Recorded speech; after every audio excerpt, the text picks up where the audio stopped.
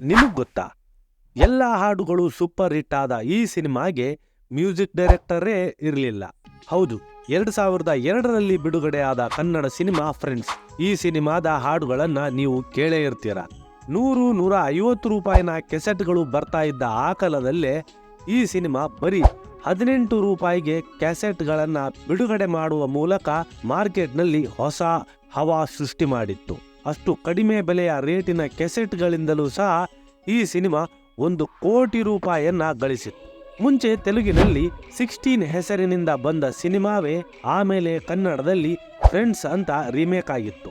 ತೆಲುಗು ಸಿನಿಮಾದ music director ಗಂಟಾಡಿ Krishna ಅಂತ. ಕನ್ನಡದಲ್ಲಿ ಈ ಸಿನಿಮಾಗೆ ಮ್ಯೂಸಿಕ್ ಡೈರೆಕ್ಟರೇ ಇರಲಿಲ್ಲ. ಟ್ರ್ಯಾಕ್ಗಳಿಗೆ ಹಾಡು ಬರೆದು ಮ್ಯೂಸಿಕ್ನ ಕೆಲಸ ಮಾಡಿದ್ದು ಕೆ ಕಲ್ಯಾಣ್ ಅವರು.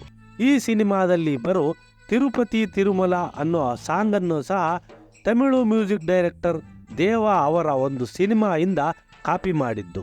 ಮ್ಯೂಸಿಕ್ ಡೈರೆಕ್ಟರ್ ಇಲ್ಲದೆ ಇದ್ರೂ ಸಹ ಈ ಸಿನಿಮಾದ ಹಾಡುಗಳು ಕನ್ನಡಿಗರ ಮನಸ್ಸು ಗೆದ್ದು ಮನೆ ಮಾತಾಗಿದ್ದವು. ಫ್ರೆಂಡ್ಸ್ ಸಿನಿಮಾ ಅಂದ್ರೆ ನಿಮಗೇನು ನೆನಪಾಗುತ್ತೆ? ಈ ಸಿನಿಮಾದಲ್ಲಿ ನಿಮಗಿಷ್ಟವಾದ ಹಾಡು ಯಾವುದು? ಕಮೆಂಟ್ ಮಾಡಿ.